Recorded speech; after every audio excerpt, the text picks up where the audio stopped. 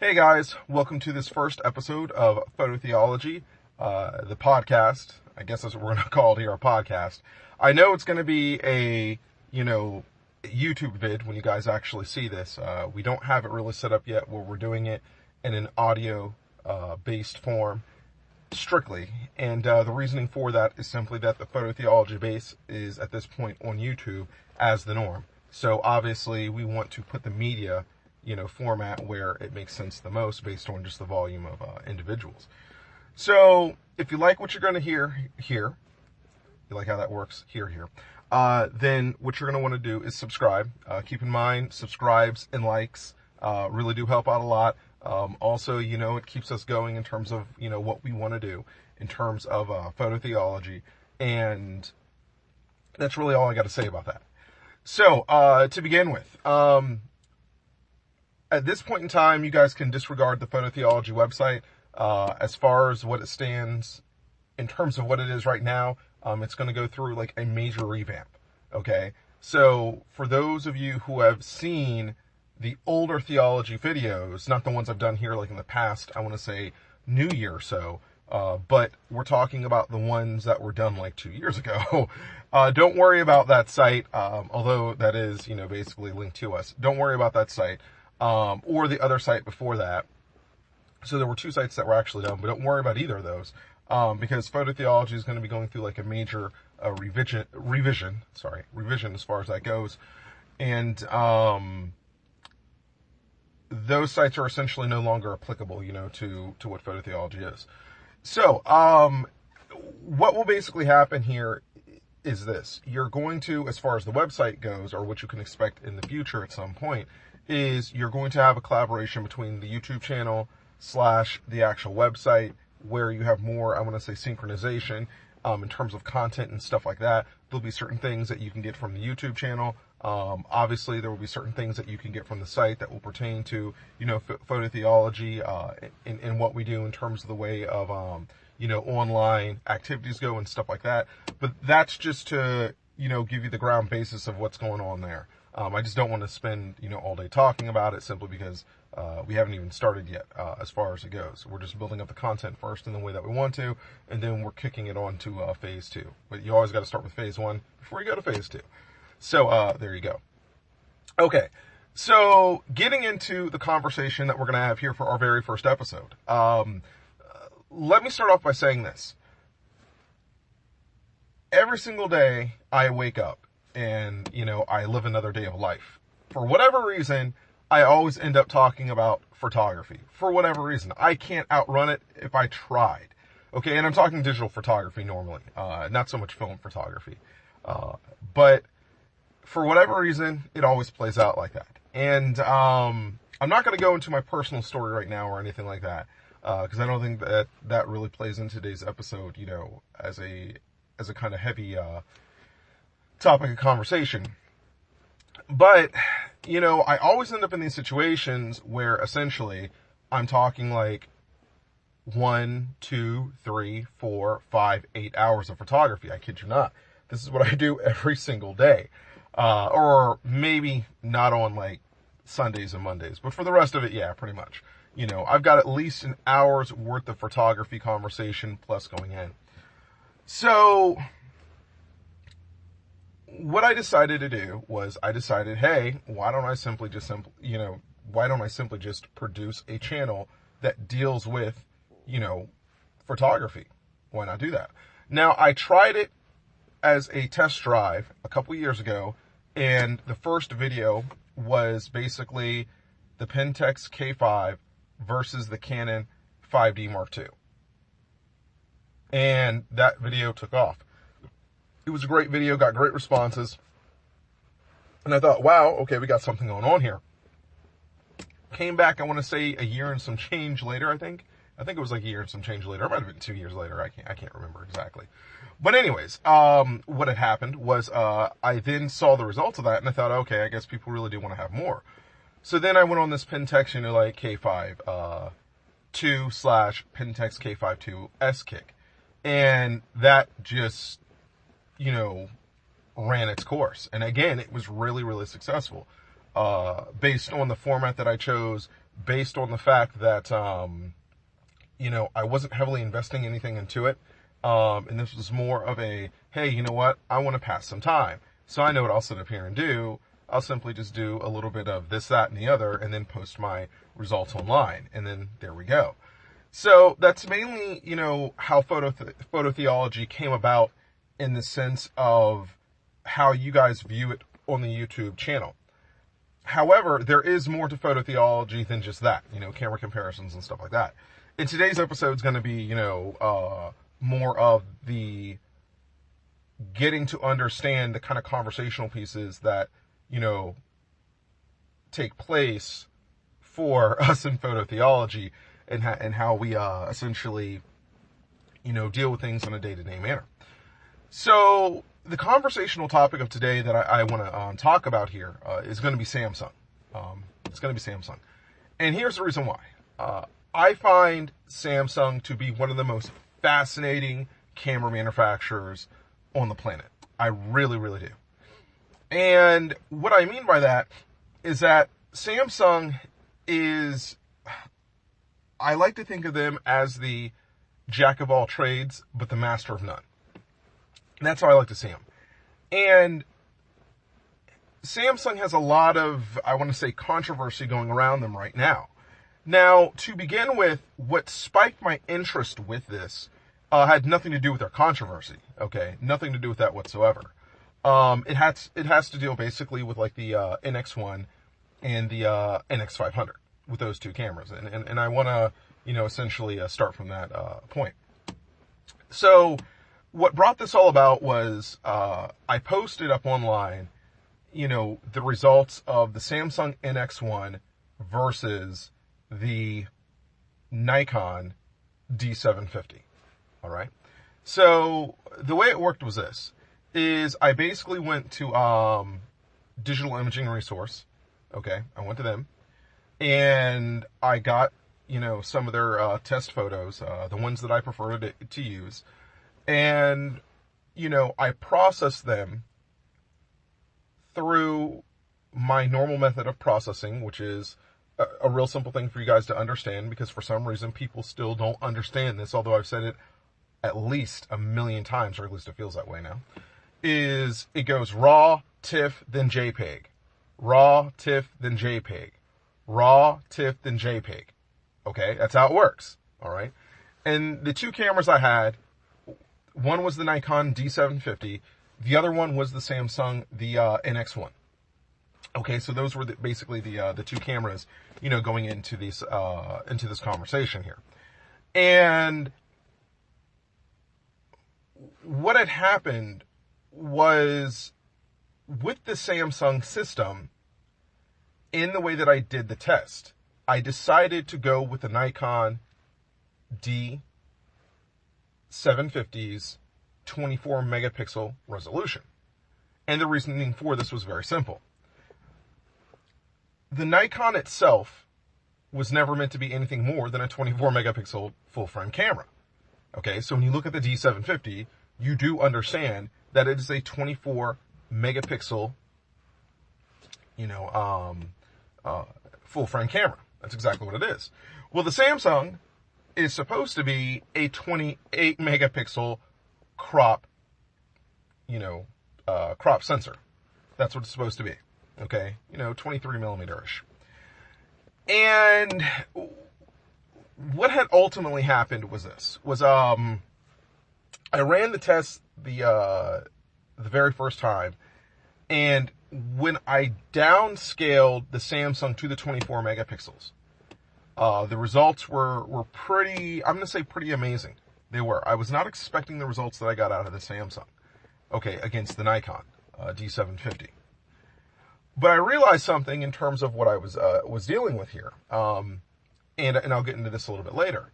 But I realized what was holding the Samsung back was basically the Samsung philosophy of photography, which is to make it brighter and make the colors richer. Like, that is their marketing technique for whatever they do. Like, if you ever go to an electronic retail store, look at Samsung televisions.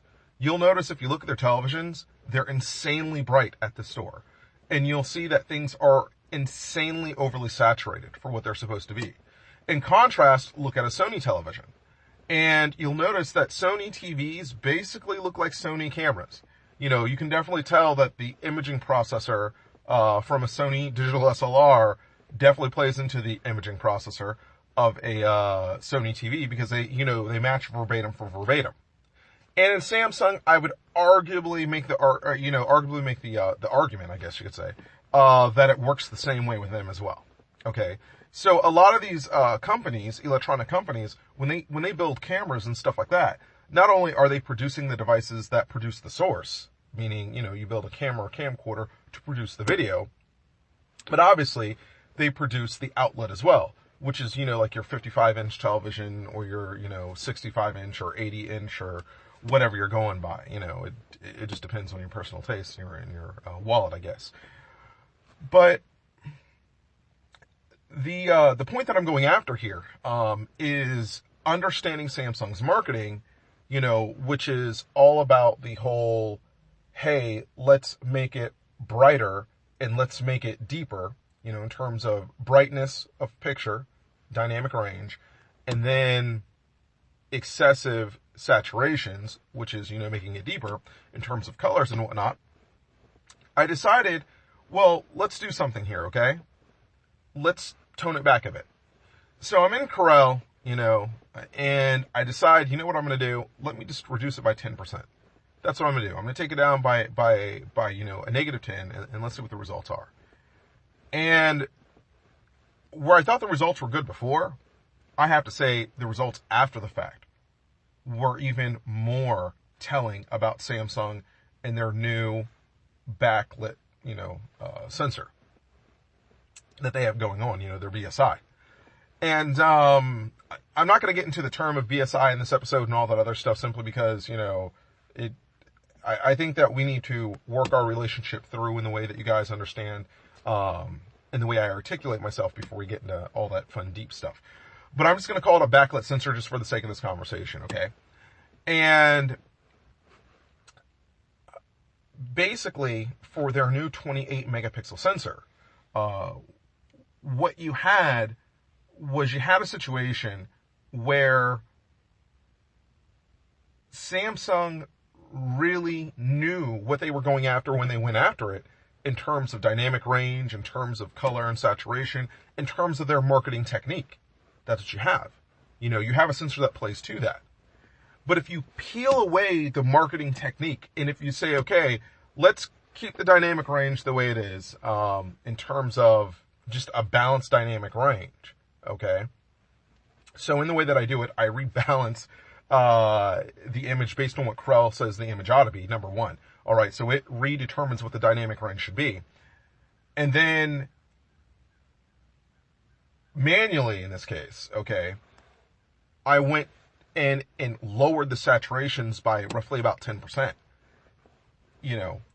And that changed everything for the camera. It changed everything for the camera.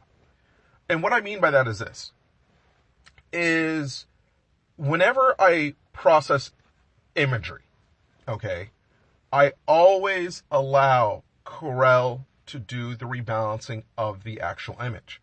In other words, Corel will make the distinction of, where should the dynamic range realistically lie based on your highest point, your lowest point of, I want to say, the photo. And then from there, I'll normally, process the raw file into a TIFF, and then use, photo zoom to export it into a JPEG, through the S-Spline, algorithm. And the reason why I do that, okay, the reason to why I actually do that is because it is the fairest and most, balanced way of going about comparing digital imagery from one manufacturer to another. That's the whole reason why I actually do it.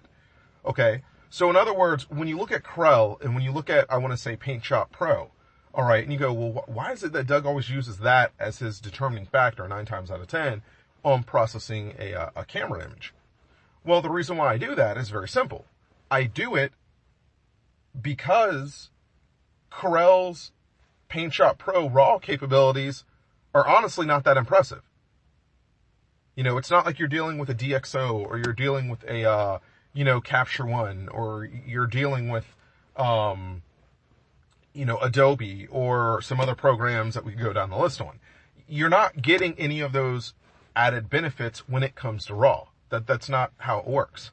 Which, if you want to see a raw, naked performance of a sensor, okay, it's raw, naked performance, Corel is the way to go. You will find out a lot about how good a sensor is when you throw it into Corel, and whether the sensor is worth its weight, essentially, in its, you know, within the lineup of its, you know, its given manufactural setups. So in this case, what we had going on here is we had the Samsung with its 28, you know, megapixel BSI sensor, and it went up against Nikon's full frame, you know, which, remember, the Samsung's cropped, went up against the Nikon full frame 24 megapixel sensor, and hands down, the Samsung, after lowering the saturations, after I went back and lowered the saturations, just literally went toe-to-toe with the Nikon. Now, dynamic range-wise, the Samsung is definitely leaps ahead of the Nikon. There's no two ways about it. Which, one thing you got to understand is this, okay?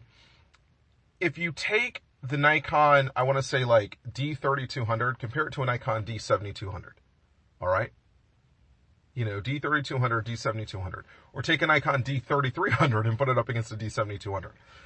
The Nikon D3200, its surface dynamic range is roughly about 3 times greater than the Nikon D7200.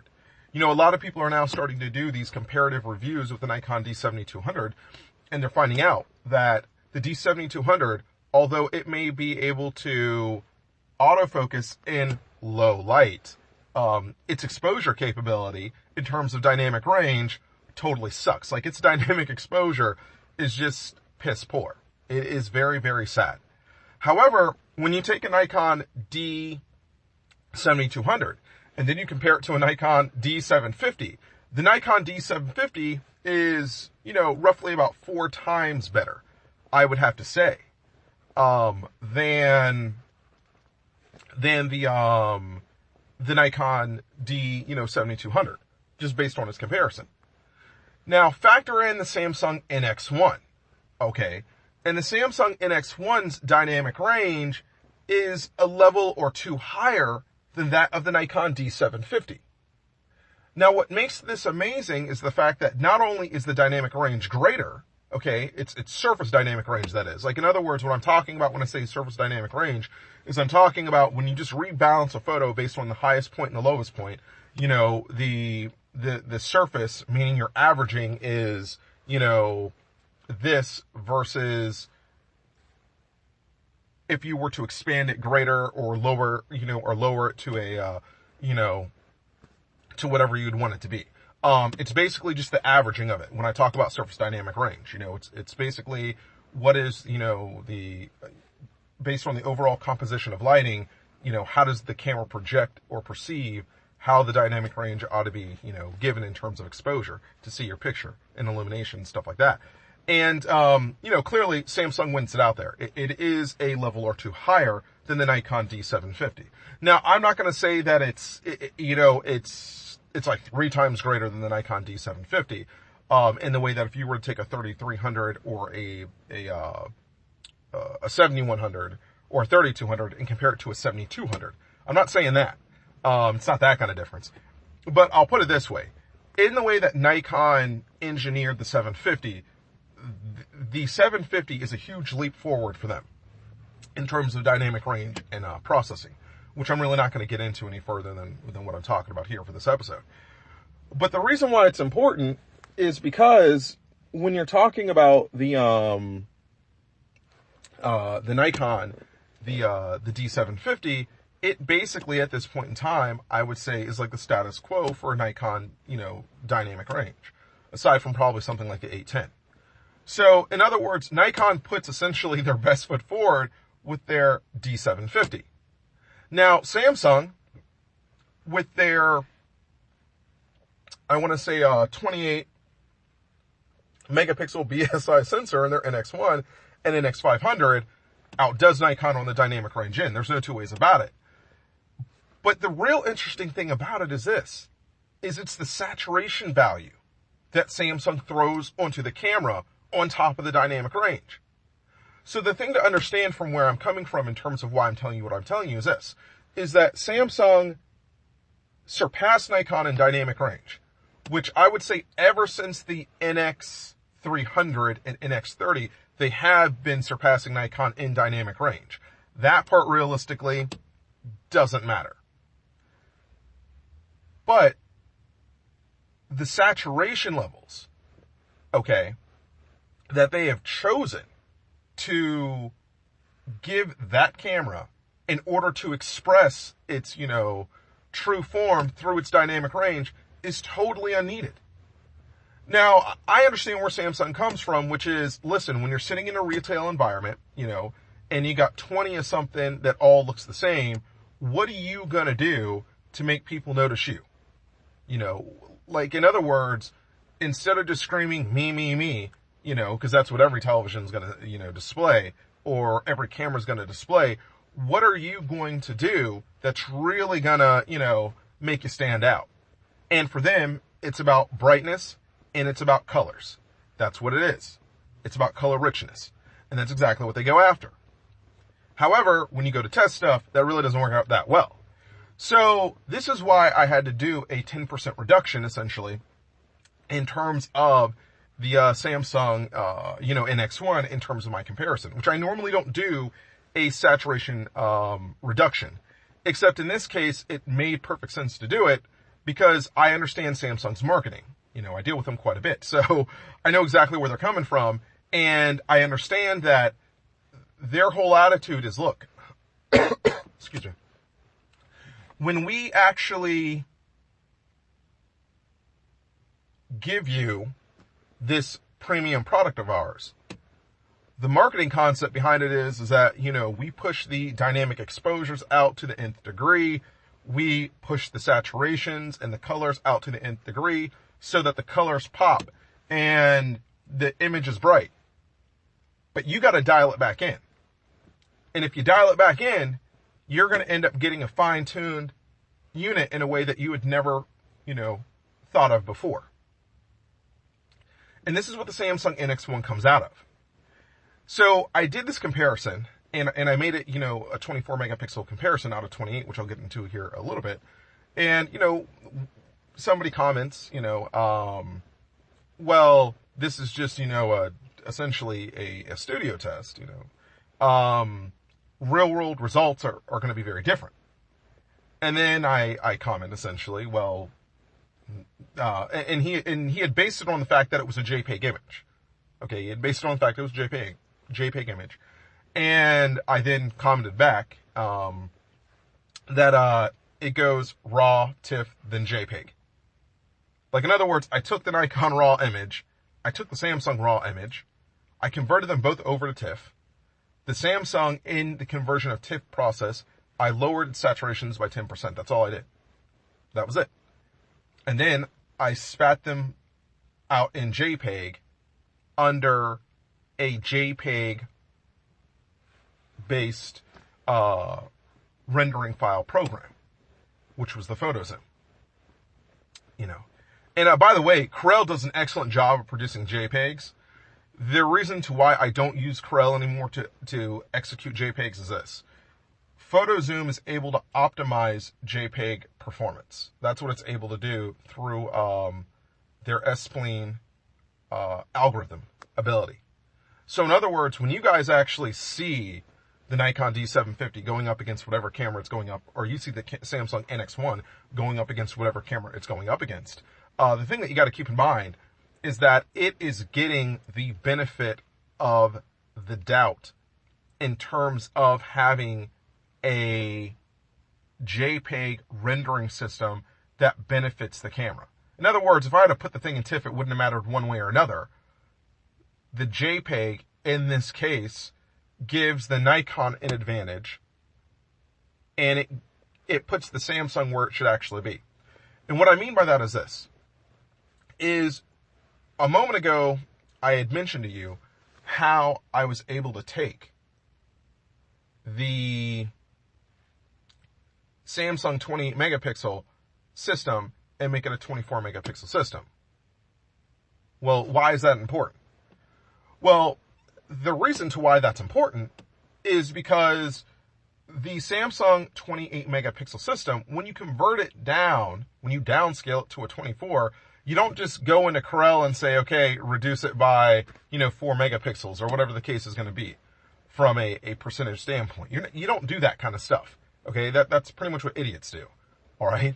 What you do is you get a size rendering program that is specifically made for size rendering. Now, the reason why I put the Nikon through the same filtering system as I do the Samsung for the size rendering program is not because I'm changing the size of the Nikon. That's not what it is. What I'm doing is I'm putting the Nikon on its best footing against the Samsung.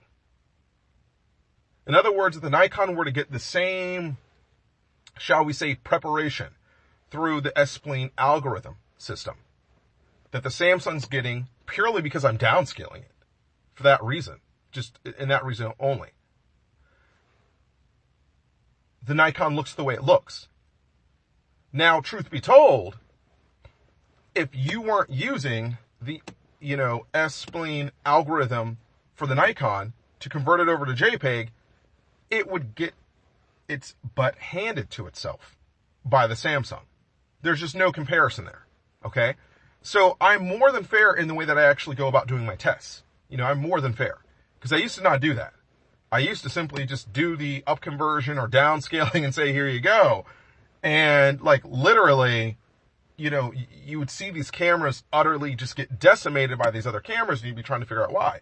Well, the reason for it is that I was being totally fair even at that point. Because what I was saying is this. Look, if you purchase, camera X, which is 24 megapixels, and it's in its natural format, this is the image it's going to produce for you, provided you have this lens that's being used for the test. And if you take camera Y, which is 16 megapixels, but if you use an interpolation program or a descaling program and match the megapixel of camera X, so let's say that it's, 16 and we're bumping it up to, to 24, or it might be, 24 and we're scaling it down to 20, whatever the case may be. Then for camera, Y over here, camera Y actually gets the the S-spline algorithm system simply due to the fact that you're messing with, I want to say it's, you're messing with its resolutions. And you're doing it through a program that is meant for resolution manipulation. So now what I do is I simply just throw the other cameras in it as well.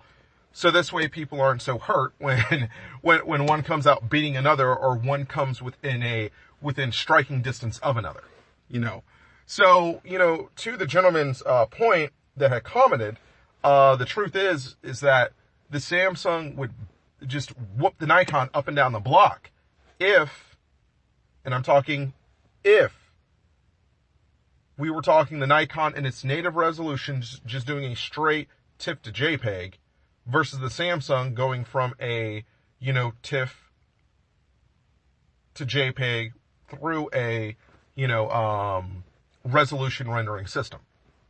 Okay, so there is something there that I got to point out, and I got to get that part out the way. Okay, now why is this even relevant to what we're to the topic at hand today? Which that's actually not the main topic. That's just basically I want to say some reference to the story of what we're going into.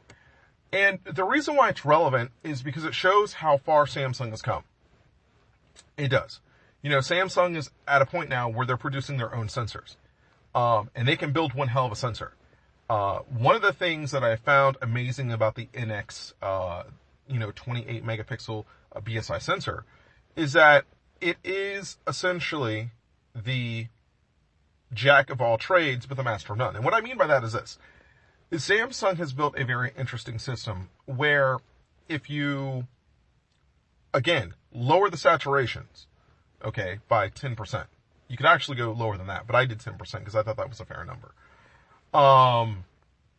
While still giving Samsung its marketing concepts. So I need to point out real quickly that, like, with the Samsung system, you can go lower than 10 if you want to. If you want to do 12 or 15%, you can still do that and be within, I want to say, a reasonable saturational level, based on Nikons and Canons at least.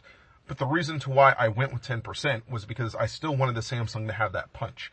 Like, in other words, I still wanted it to have that extra dab of color, that extra dab of, saturation, because that's exactly how Samsung is.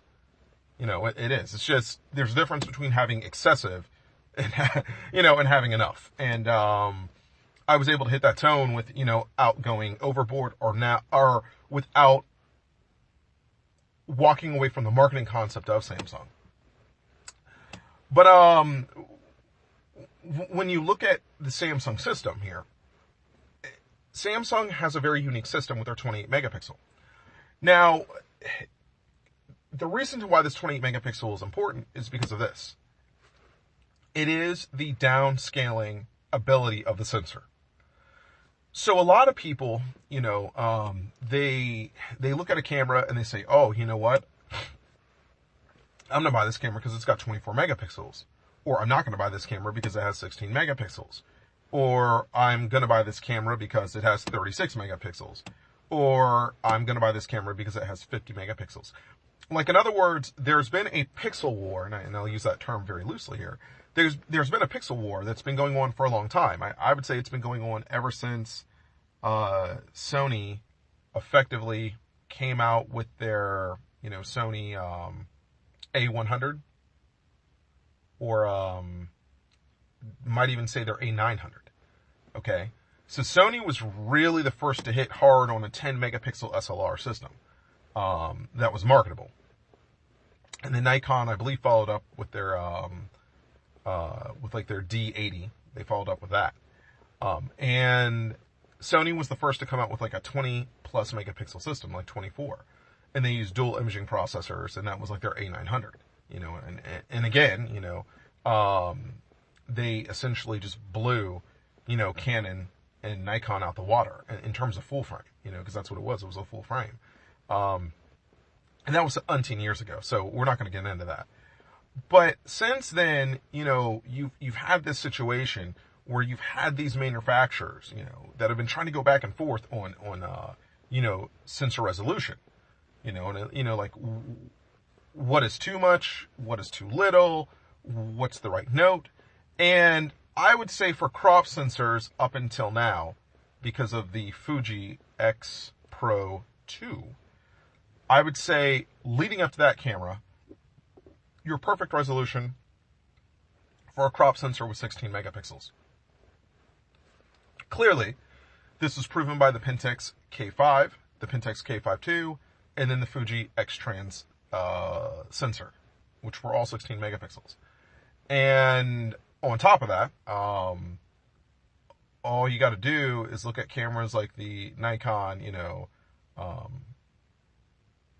D4 series and the Canon XD1. I mean, like, you're not talking like crazy 24 and 36 megapixels there. You're talking about a much lower, resolution for even those cameras, which range, past normally $5,000 on up. So when you're talking about cameras and you're talking about resolutions, and those are full frames, by the way, that I just mentioned, the thing that you have to understand is that these cameras, in the way that they work, are basically,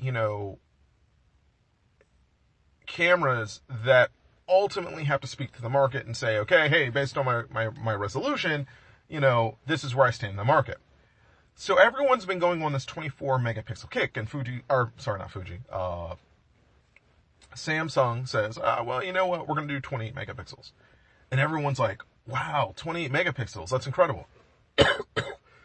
Samsung comes out with the 28 megapixel, and yeah, 28 megapixel, not so hot. And why is that? Well, the reason for it is that the NX1 28 megapixel sensor, again, is not made for 28 megapixel capturing. It is made for 28 megapixel capturing and then downscaling. And this is where the whole, jack of all trades comes in. So what makes Samsung's system so unique is the fact that you can literally downscale the image to any other competitor's resolution. Whether you're talking about Nikon, their D750 in 24 megapixel resolution. Whether you're talking about Fuji in their 16 megapixel resolution. Whether you're talking about, Canon in their 20-ish megapixel resolutions that they're doing right now. And I'm just using 20-ish as a loose term here, simply because I'm not trying to go through, every single resolution that they have. We'll be here all day. But the point is that you've got these various different forms of resolution. And if you base it on that concept, the Samsung can definitely go toe-to-toe with the Fuji, X-Trans sensor. Once when you downscale the sensor, it can go toe-to-toe with the Nikon full frame, Sony sensor, which is, their, of course, a 24 megapixel sensor. It can go toe-to-toe with any Canon sensors without a problem. Whether you're talking Mark III, whether you're talking, a Rebel, for sure, it would destroy that. But the point is, and what I'm going after here, is the Samsung sensor is not made necessarily for 28 megapixel resolution, but it's made to compete against other competitors' native resolutions. And this makes the camera something that's very, very different from what's been in the past. Because in the past, it was all about, here, let's take this 16 megapixel and then let's interpolate it. Oh, and look how it totally just whooped the crap out of that, 24 megapixel native system. That's how it was. That's just how things were done. Now, though, things are a little different. It doesn't work like that. Okay, what happens is this, is you get a situation where Samsung says, well, we're going to have a 28 megapixel resolution. The reason why we're going to have a 28 megapixel resolution is not because we're going to effectively, and I'm talking effectively, go after a 28 megapixel market. We're not going to do that. No, what we're going to do is we're going to allow for our, sensor to be downscaled through, again, a resolution program that's designed to downscale stuff, and we'll put it up against everything else and see how it works. The concept is called oversampling, and basically that's what Samsung went after.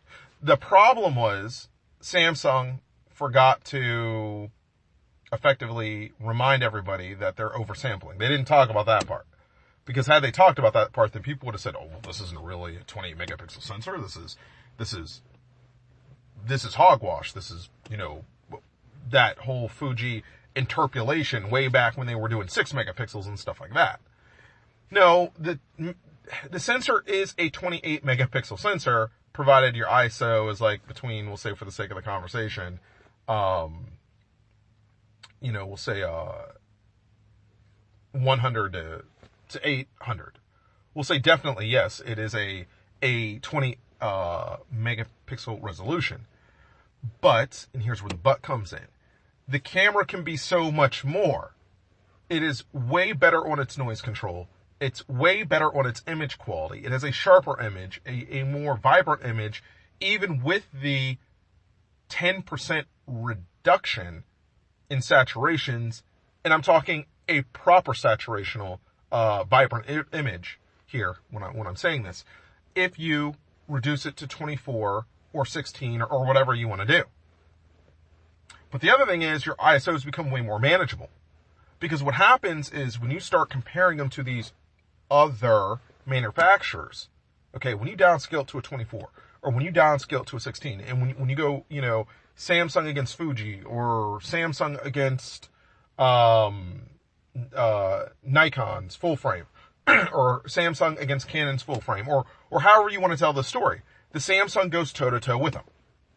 Now, ultimately what happens is the Samsung roughly will drop off at a certain ISO point, which tells you the whole idea of the jack of all trades in Samsung's marketing technique, which was a very simple marketing technique, which was, listen, we oversample by a little bit, you then undersample the image, and through ISO 100 to 32, this camera's going to hold its own.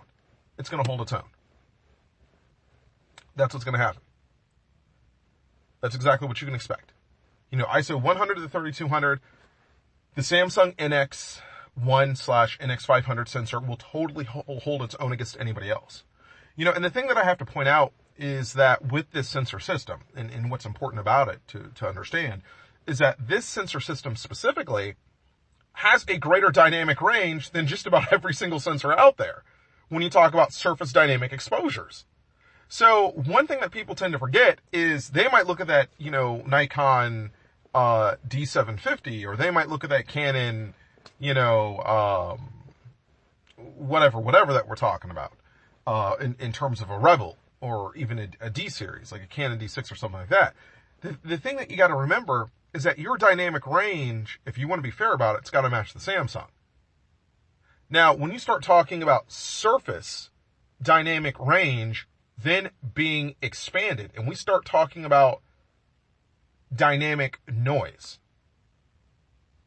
okay, meaning your highlight noise that is, conjugated by raising your exposures, or your low light noise in terms of shadows and stuff like that, your highlights and lowlights in terms of noise level of a given camera. That kind of changes up the conversation quite a bit. Because keep in mind, the Samsung is already performing what it's performing at a greater dynamic range. So when you try to take a Nikon, or you try to take a Canon or anything else, and you try to throw it out there and say, look, this has got greater dynamic range. Yeah, it may have, greater dynamic range in one sense before the image is rebalanced. But once when the image is rebalanced and you actually have a true leveling out of your highlights and lowlights, and then you go up against something like an advanced, BSI sensor, like what Samsung's got, the story becomes a little different from that sense. It does. And then on top of that, when you say, okay, fine, now that we have leveled out our dynamic range, what we're going to do is we are going to effectively, match dynamic ranges. Well, on cameras like your Nikon D750 or your 7200 or whatever camera you want to talk about, normally against a Samsung, and this is normally against the Samsung 28 megapixel BSI sensor, what happens is you got to raise that dynamic range to match the Samsung. And when you raise that dynamic range to match the Samsung, what happens then? Your dynamic noise, your exposure dynamic noise is going to increase. So where you may have been looking at an ISO of 6400, where the Samsung fell behind the Nikon based on the dynamic range that is being applied to that Nikon in order to match the Samsung, from a full frame perspective, that may no longer hold true, because you had to raise the dynamic range, the surface dynamic range, which means that you have to raise your highlights and your lowlights as well, which means that you generate artificially more noise because you're artificially raising your dynamic range. I mean, that's just how cameras work. So dynamic exposure plays a lot into this entire system and how it works. And this is one of the reasons to why, personally, I find this very, very, very interesting. Because when you talk about Samsung in their new system does offer a lot. It offers a hell of a lot for the money. It does. And I'm talking purely from a system performance in the way of the sensor. Now, we could get into the 15 frames a second that the NX1 offers and all that other jazz, but I don't want to get into that right now. I'm really just trying to stay focused here on, talking about the sensor technology and how this impacts the actual market. But Samsung is by far probably, I want to say, the first manufacturer that is oversampling and doing it successfully. They're doing an oversampling, and definitely they're being successful about it. And you can definitely see this in the way that they go about, their given technology. You can definitely see this. And the reason why I say that is because I can think of some other manufacturers that have tried oversampling and it hasn't worked. Like, for example, Nokia. A while back, Nokia came out with that cell phone that was like 40 plus megapixels. And where's that phone today? Who's using it? Yeah, that's right. Now, the argument might be because it was a Windows phone, to why it went nowhere. But that's neither here nor there as far as I'm concerned. The reality is that it doesn't matter.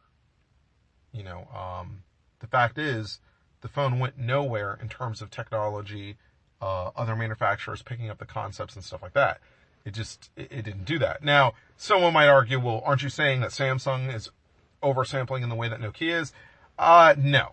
No, no, and no. I'm not saying that Samsung's trying to take a 40 megapixel image and then they're trying to make it like a 5 megapixel image or something like that, okay? Which effectively with the Nokia, that's what you might as well have been doing, because it definitely was not designed anywhere close to 40 megapixels. Also, for things like the Nikon, D810, or the Canon, the 5D, the 5DS. When you start talking about those cameras, I'm sorry, the Nikon 810. I hope I didn't say Canon D810. The Nikon D810. That's what I wanted to say. The Nikon D810 and the Canon the 5DS. When you start talking about those cameras, they are not oversamplers. They're meant to be at the resolutions they're meant to be at. Truly, they are. So, like, in other words, when you shoot with a Nikon, 36 megapixel camera, guess what? It's meant to be 36 megapixels. When you shoot with the Canon 50 megapixel camera, like the 5DS, it's meant to be the 50 megapixels. Now, I'm only talking in terms of sharpness and resolution. That's what I'm referring to here. I'm not referring to it in the sense of, the weakness of the Canon 5DS's dynamic range, for example. So someone may be listening to this and saying, well, Doug, if you really know your stuff, you would know that the Canon's, dynamic range on the 5DS just totally blows. So therefore, is it really a 50 megapixel camera? That's a different topic for a different day. Okay, trust me, we'll address that one. I'm totally down with that. To rip that thing's dynamic exposure apart and then say, this is what the true resolution is if you want real dynamic exposure out of this thing. But no, I mean, seriously, no, from the standpoint of just sheer resolution, no, the camera is what it should be. I mean, like, it's a 50 megapixel. But the trade-off to that camera is its dynamic range. Like, Canon was not able to successfully make a camera that had 50 megapixels with a real dynamic range factor to it. They weren't able to do it. This is hence probably why you still need to have medium format in the market when you go to higher megapixels. And the Nikon, the D810, when you talk about it, is it true to its resolution? And I would say, yes, it is. Now, is it the best at doing what it does? I would say no. I would not say that it is, but I would also say that the camera's now like $2,800. So if you want to have a high resolution camera, and if you want to have it, in the 30 megapixel range, and if you're not looking at doing some Sony, and if you're not looking at doing some Canon, then of course the Nikon makes the most amount of sense, provided you're not trying to spend, more than $2,800. So, yeah, I think that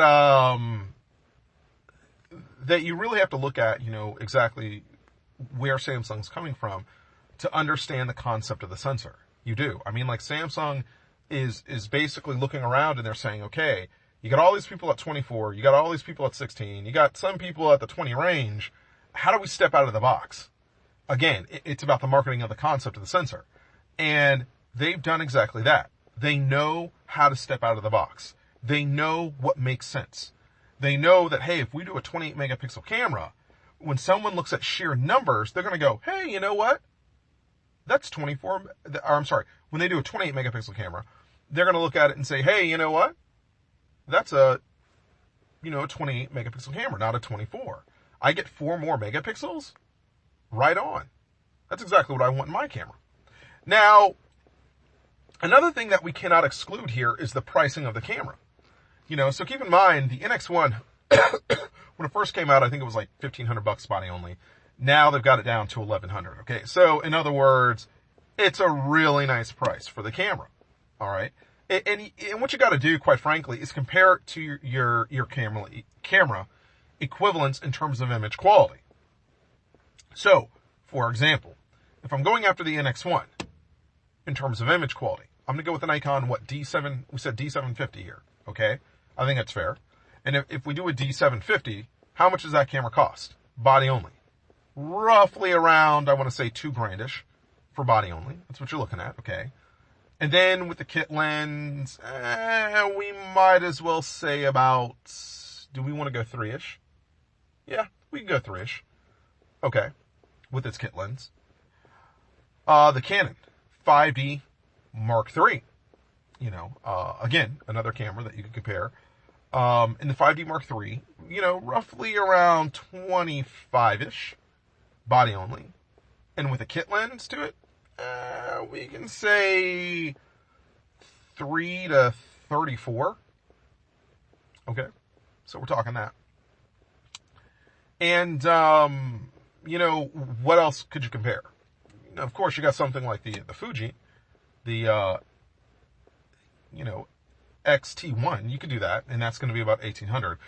Or, I know if you guys want to do this, we could do something like the Fuji, the XT10. Okay, now if we did the Fuji XT10, I'm going to be just straight up honest with you. The Samsung is not going to compete with it price to image quality on that level. It won't.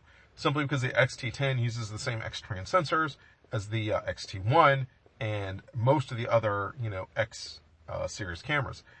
But, and here's where the but comes in. But with the Fuji, you are upscaling it to 24 megapixels, or 28 in this case, versus the Samsung, you're downscaling. So who here really has the advantage? And we're going to get into, I want to say, the Fuji conversational piece of this, in another episode. But the point of where I'm going here with this is that Samsung can essentially match. And that's the whole thing. They can just downscale. They can step down the resolution. They can match anybody they want to 24 megapixels or below. Doesn't make a difference who you're talking about. And they're in for the drawing. I'm sorry. They're in for the drawing there. I mean, like they are realistically a viable system to be had based on that. And I'm talking sensor here when we're talking. When you're talking about, I'll say, Fuji in this case, you got to upscale. And a lot of times, or interpolate is the term, a lot of people don't like to interpolate. Now, most people don't have a problem deterpolating, but they don't want to interpolate. Okay, so depending on how you feel about that, obviously, Fuji does it one way. Okay, where their 16 megapixel sensor definitely can match a 24. It can be boosted up to that resolution and legitimately be there. Or we go with the or you can do Samsung's method, which is a 28, and you simply just downscale it to a 16 megapixel, or a 24 megapixel, or a 20 megapixel, whatever it is. And this is, again, one of the reasons why I think Samsung has been so successful with this concept. Now, I do think that there are things that you definitely do have to look at in this kind of conversational environment with the Samsung sensor, And one of the things that you do have to look at is the amount of work that goes into having a sensor like this. That is something that you do have to look at, and I don't think that there's, any way, shape, or form around it. When you talk about the Samsung, NX1 / NX500, BSI sensor, the thing that we have to, keep in mind here is that what I'm talking about is effort. Okay, so the thing you got to understand is that you take your pictures and you're going to shoot them, at whatever, resolution you choose, which I think common sense would say with Samsung, you always shoot the highest. So in this case, yeah, you are really going to shoot at the, shall we say, 28 megapixel resolution. That's what you're going to do. And then based on, the noise to pixel ratio, you're going to downscale the image through a descaling program like Photo Zoom in order to get the optimized output in terms of, pixel to noise ratio. that's what you're going to do. And I think that makes, perfect sense. And that's another reason to why I think Samsung does such a great job. The 28 megapixels, if you're talking about, and I haven't put this video up yet, and I got to do that. I got to put that video up. I just haven't done it yet. With the 28 megapixels, one of the advantages that it really does give Samsung is when you talk about pixel to resolution, in the sense of pixel to ISO, you base it off of that equation. Because the Samsung is 28 megapixels, it does have a slight advantage over some other cameras. Okay, so one way to look at it is this. Okay, let's say ISO, 100 to 800. The camera is able to be at a 28 megapixel resolution. Let's say that the camera natively drops 10% at a 1600. Okay, still, even if it were 10%, what's 10% of 28? That's 2.8 megapixels. Okay, let's say you lop off 3 megapixels. So now you're shooting at a 25-ish in terms of resolution. Simply subtract, 3 from 8, so we get 5. So you'd be talking about that. And I think that's, I want to say, important to...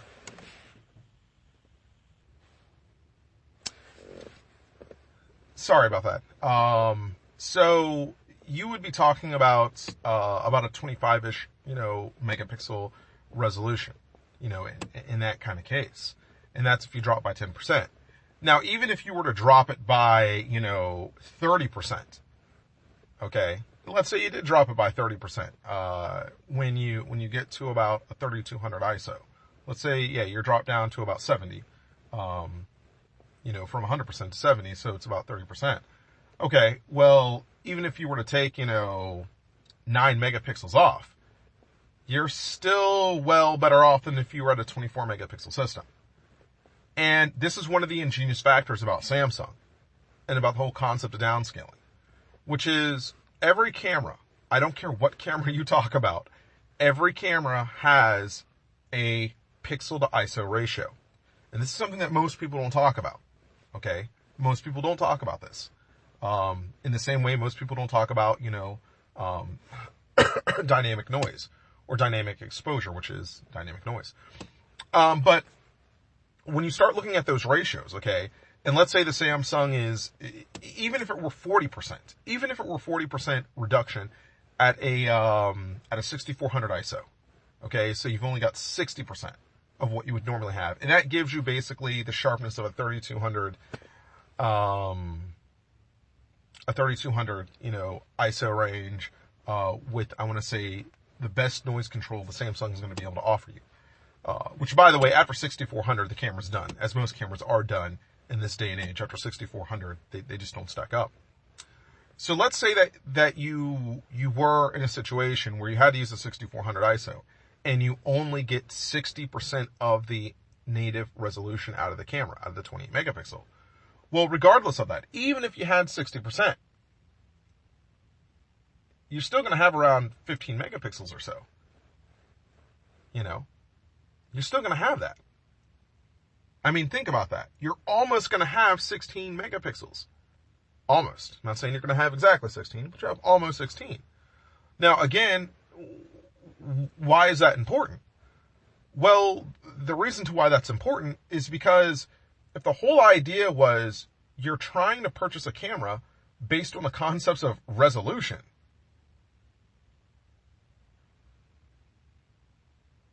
whether you try to, quote unquote, optimize your image where you want it to project full frame quality, like a Nikon D750 or, a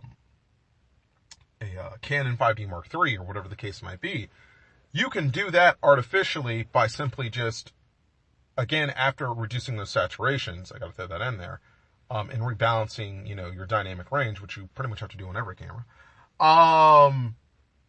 The rebalancing dynamic range part, not necessarily reducing saturations. But if you lower it to a 24 megapixel resolution, then you're right there. If we're talking ISO, essentially, 100 to 800, you're right there with the Nikon D750 if that's what you want. That's just plain common sense there. But let's say that resolution is not the priority in terms of, in this case, getting the best image based on a full frame sensor, but more importantly, it's just getting the biggest image possible out of a crummy lit situation. And this is again where the BSI, 28 megapixel really comes through. Because this is what really makes the difference here, folks. When you're talking about Samsung, and you're talking about that BSI, sensor, and you're talking about what it can actually do for you. The sensor can do quite a bit for you if you let it, if you trust it, if you believe in it. It can do it. But the whole thing is that you got to be willing to work with it in order to make it, shine. And this is one of the things that I find to be very, very, very, very interesting about Samsung's methodology in terms of going about using the sensor that they have. They didn't take the Pentax route, or they didn't take the Fuji route, which is, hey, you take a picture and the sensor naturally just displays the best image quality you can possibly get. They didn't do that. And why they didn't do that is, literally beyond me. I don't know, except for this one thing. Marketing. So Samsung understands that people want pictures that are more vibrant, that are more colorful, that are brighter pictures. They understand this. This is a natural thing. Most people like exaggerated colors. Most people like brighter pictures. Only in the, I'm going to say, photography and videography world do people try to go after naturalization. But just by human nature, people tend to like things that are more exotic. And that's the whole thing. When you make something brighter, if you, really exaggerate, the colors in terms of not necessarily their tint or, anything like that, but more or less the pitch of the saturation. If you do those things, then of course, if you don't get overly excessive with them, you can build a more appealing base to your marketing. And if you don't believe it works, then go look at their TVs. Again, all you got to do is look at their TVs. Now, to that point, what we have to remember here is that in the world of photography, that can make a huge difference. So when someone says, well, okay, if it's based on their marketing technique of having, exaggerated colors in terms of the saturation level of them, and having, an excellent dynamic range palette to work from a surface dynamic range perspective, why on earth would you step away from that if that's their marketing technique? Well, the reason why you'd step away from it, even if it is their camera that you're dealing with, is simply this. It comes down to noise control. So one of Samsung's biggest weaknesses is the fact that they are excessive when it comes to noise reduction. And a lot of people have never understood why Samsung is so harsh when it comes to noise reduction. And I'm going to tell you why they are so harsh when it comes to noise reduction.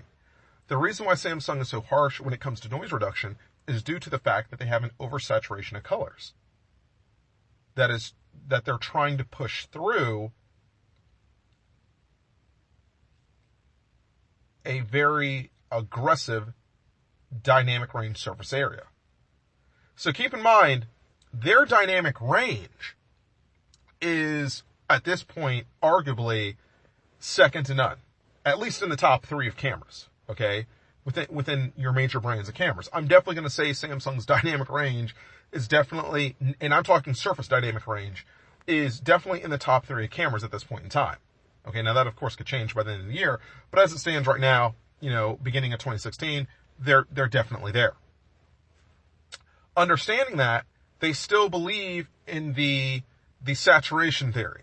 They still believe that the color's got to pop. So, if your dynamic range is at a level of 6 versus your competitors being at a level of 3, and you want your saturation to be twice that of your competitors. Well, if your competitors have their saturation at, we'll say, 4, even though their dynamic range is 3, to make their colors pop, then what is Samsung going to do? Samsung's going to say, okay, well, our surface dynamic range is at 6, so we're going to have to put our saturations at 8.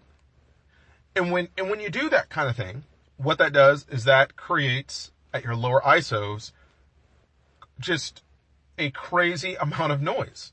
That's what it does.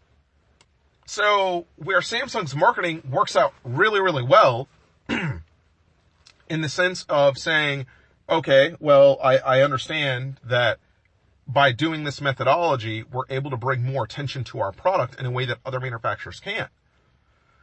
The reason why other manufacturers don't do this is because A, they understand they're not building a TV, okay? B, more importantly than that, they understand that if you expand the dynamic range so far, and then on top of that, you expand saturations to basically, essentially,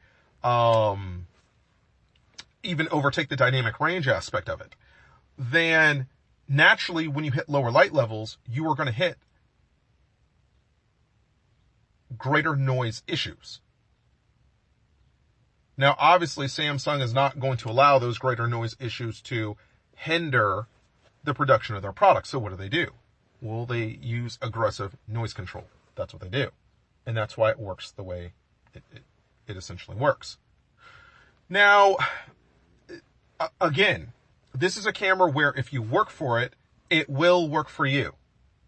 And that is something that we have to stress here in terms of our conversation of today. This camera can work for you if you work for it. What it means is this, is you dial back your saturations by 10%, like I already told you, in something like Corel. Or maybe if you're really smart, what you'll do is you'll dial back your saturations, in your camera before you even take your image. Okay. Now, granted, Samsung's scaling, may be a little different from Corel's. What that would mean is this, is that, if you don't have a notch of 10 to work with, and you've only got a notch of 5, then what does that mean? You're not going to dial it back by, 10% based on how Samsung does it. You may end up dialing it back by 20%. Okay? But based on Samsung's scaling of dialing it back by 20% in their mind within the camera, you're still dialing it back by, quote unquote, 10% from Corel's perspective. Okay, so understand that, metrics in the way that Samsung's going to measure something versus Corel is going to measure something, that's just different there, okay? Although Samsung's system is very similar to Pentex's system because they, jointed, and that's a different story, again, for another different day. They jointed on building one of their major SLRs, which was, the K20D for Pentex, and it was like the GX20 for Samsung. But my overall point to what I'm talking about here is that there are two ways to deal with the Samsung NX1. One is a post-processing, aspect where you can basically and literally import all your raw file images into your computer. And then what you can do is you can rebalance the dynamic range. And then after rebalancing the dynamic range, you can obviously go in and you can, then dial back the saturations. And then from there, you've got full frame performance.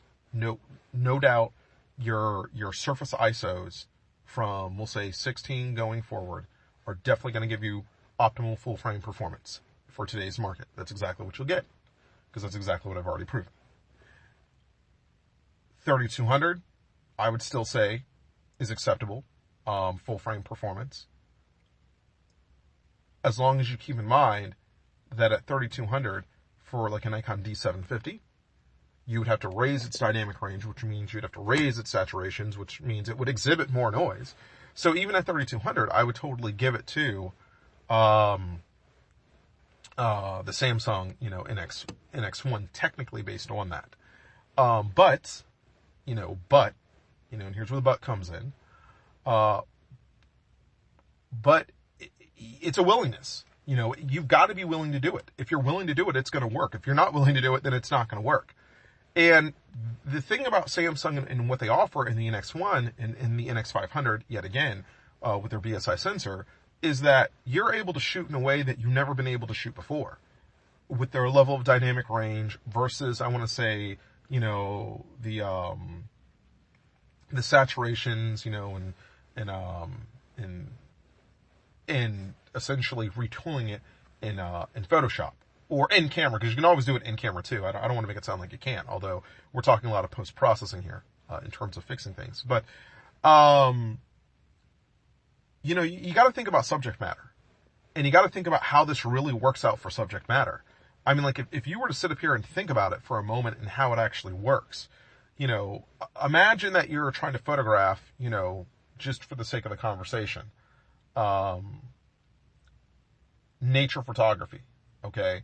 And let's say you got one of those situations where you want to photograph a squirrel in a wooded area, okay? So you already know that, obviously, the squirrel's out, it's a wooded area, it's during the summertime, the leaves are, obviously shading, your path / your subject matter, the squirrel, and the squirrel's eating a nut and, you want to photograph it, okay? Well, from a dynamic range perspective, the advantage that the Samsung has over many other cameras would be the fact that when the Samsung, takes its picture, what it's able to do is it's able to illuminate those exposures naturally. That's what it's able to do. And by illuminating those exposures naturally, what it's able to do is it's able to bring into perspective the first shot around. I'll put it that way. The first shot around, it's able to bring into perspective exactly what you intended for your subject matter versus you going home and then trying to post-process dynamic range. And that's one of the main things that I'm talking about here, is that in the end, if you get a Nikon, or if you were to get a Canon, or if you were to get whatever you want to talk about, to match the Samsung's dynamic range, you're going to have to do post-processing on that end. And I will be the first one to tell you, it is much easier to lower saturation levels than it is to post-process dynamic range. Post-processing dynamic range is not nearly as easy in terms of the quote-unquote number of steps as it is to lower a saturation by 10% and keep the dynamic range at the auto balance level. Okay, that's just a reality, okay, of how cameras work and how the post-processing product works. Now, there are going to be people who are going to listen to this and then say, well, if you knew what you were doing with your camera and stuff like that, you would already set those things up before you take the shot. Listen, I use a Pentax, I use a Fuji, hell, I actually use a Samsung and a Sony also, okay? But to the point of the Pentax and the Fuji, all right, I will tell you this is how it goes. With the Pentax, you set the shot up perfectly, you'll get the perfect shot. That is how it works, and that's why I love their system so much, okay? But their menu system, their navigational pieces and things like that are meant to do those kind of things. Ironically, the Samsung works just like the Pentax, because obviously that's where Samsung got their ideas from. In that joint, project they had a while back when. And, sorry. And, the Samsung itself would be, easy for those, navigational concepts and, menus and controls as well. It's going to be there. But if you were talking about like a Nikon, if you were talking about shooting with a Nikon or shooting with a Canon, there is no way on earth you can sit up here and talk about their navigational systems and in the way that they deal with dynamic range, in the way that you can a Pentax or a Fuji or a Samsung. You just can't do it. You can't reduplicate what you don't have because it's not in the programming of the camera, or more important, it's not in the firmware of the camera.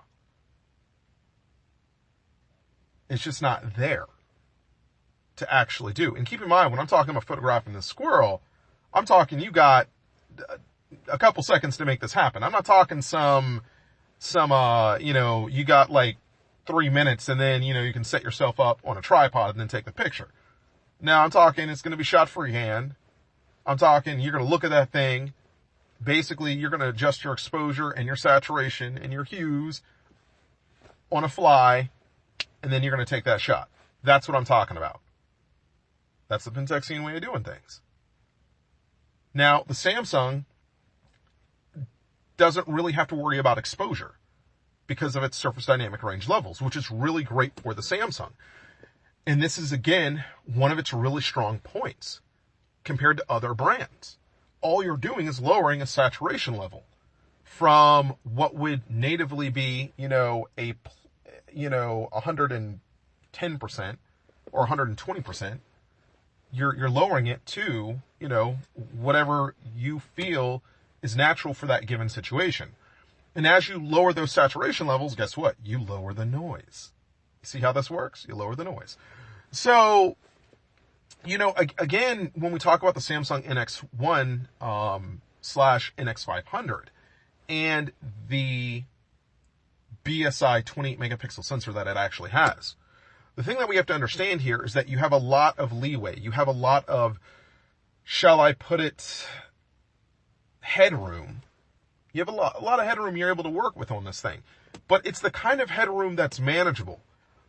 It's manageable. And honestly, when I look at purchasing a brand new camera, the one thing I look at is how much time is reduced in my post-processing, capabilities.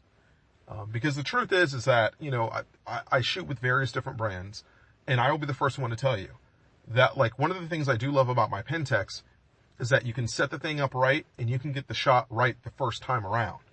You don't have to essentially post-process every single image. Now, granted, there are limitations to its system, like there are limitations to every camera system, and obviously you got to live with that. But understanding your sensor is really, really, really important.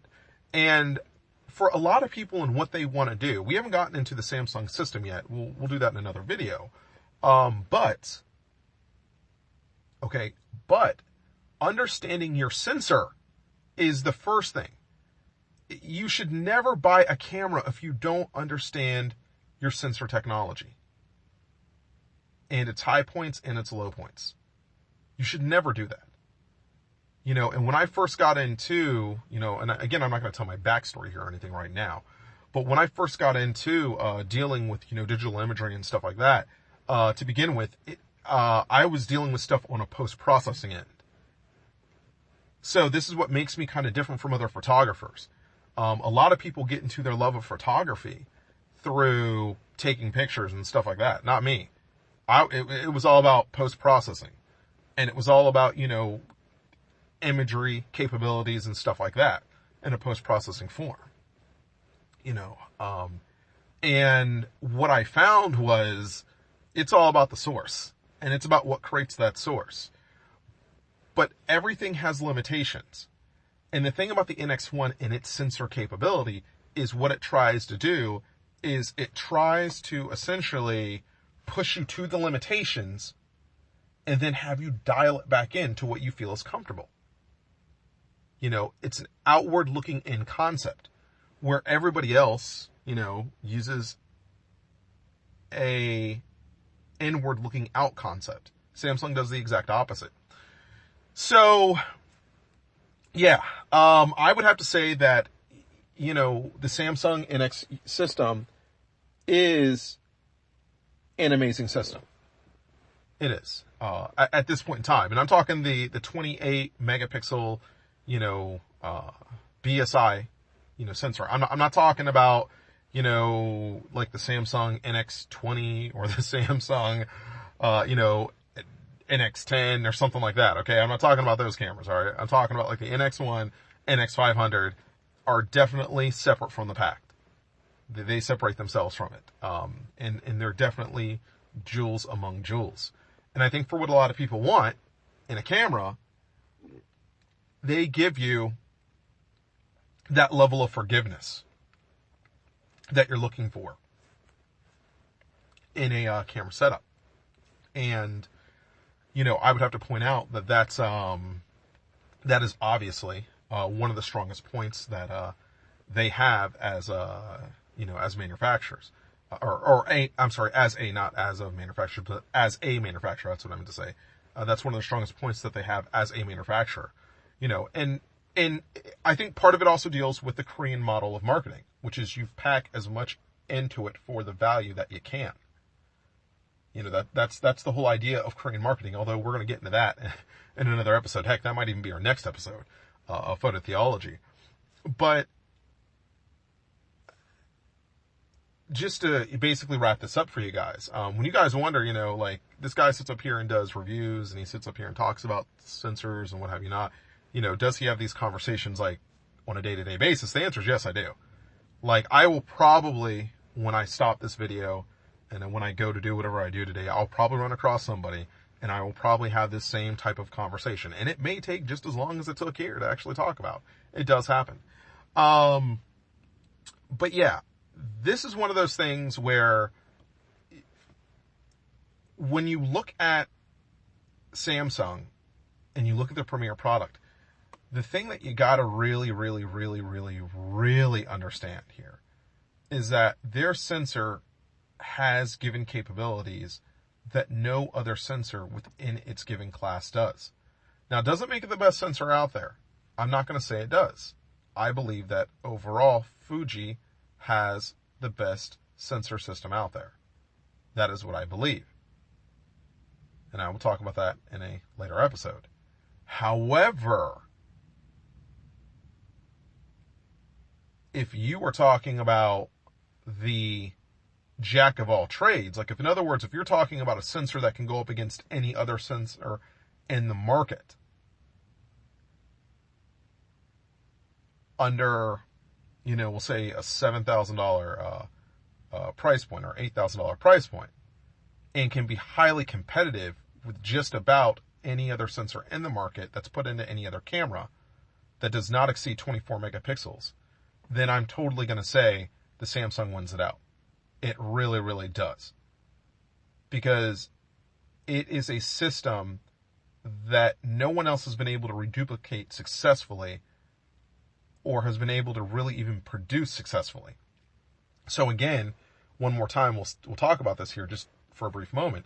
The ability to take your 20 megapixel image and then reduce the saturations, rebalance the dynamic range, still stay above the average on dynamic range, and then come out with a full frame looking, photo in terms of its dynamic range / its noise control / its color system and all that. To be able to achieve those things, and not pay the full frame price.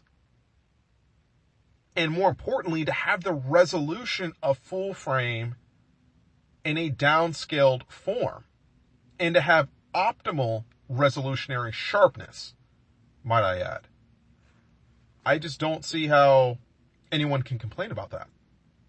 And even if you do have to downscale it based on your pixel to ISO ratio to get optimal image quality, again, coming from Samsung's perspective, the system works.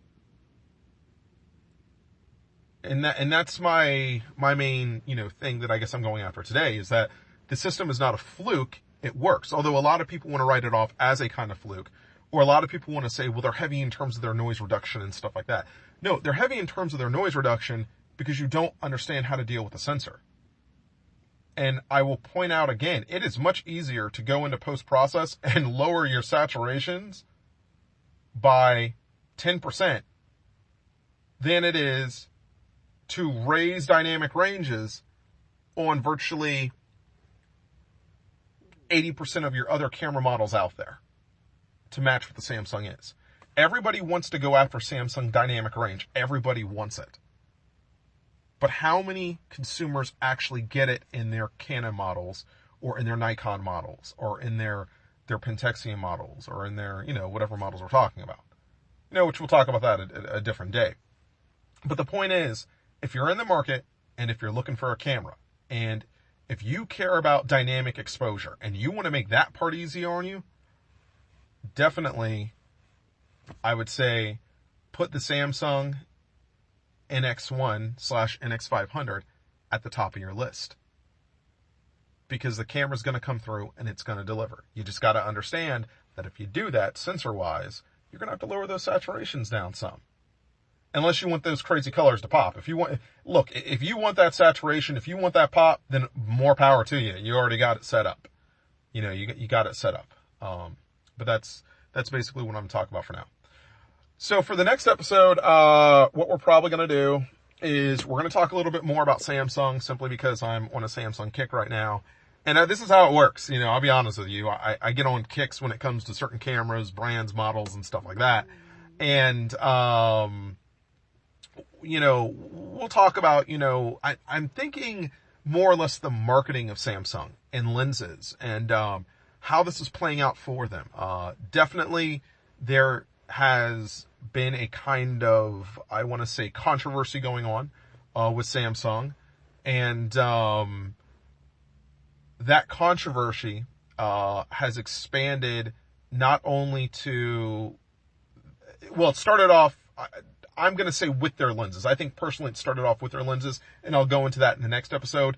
And then it played into their sensor. So that's why we talked about the sensor today, because it actually came from one of the Fuji, I believe it was a Fuji executive, that had made the claim that, you got to be careful about building high resolution cameras with compact sensors, because with full frame, it's definitely hard to manage.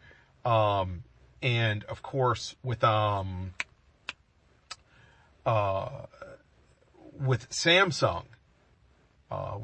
specifically, one of the reasons why they're having some of the issues they have is because they chose effectively to go with a 28 megapixel versus a 24. And, to that point, we'll get into the real marketing issues that they have later in the next episode. We'll really address those, and I'll show you where they're really coming from. I think he's totally wrong on that. Because the fact is, Fuji and Samsung do the same thing. Okay, they just do it differently. Fuji says, here's a 16 megapixel. Guess what? Our 16 megapixel can actually be a 24 megapixel if you do the interpolation of it. And that's totally true. It can be. I'm not denying that. Okay? On the flip side, Samsung says, here's a 28 megapixel. Our 28 megapixel can be optimized to be a true 24 or a true 20 or a true 16 full frame image output. So again, they're telling the truth as well. They're both arriving to the same goals. It's just in how they do it.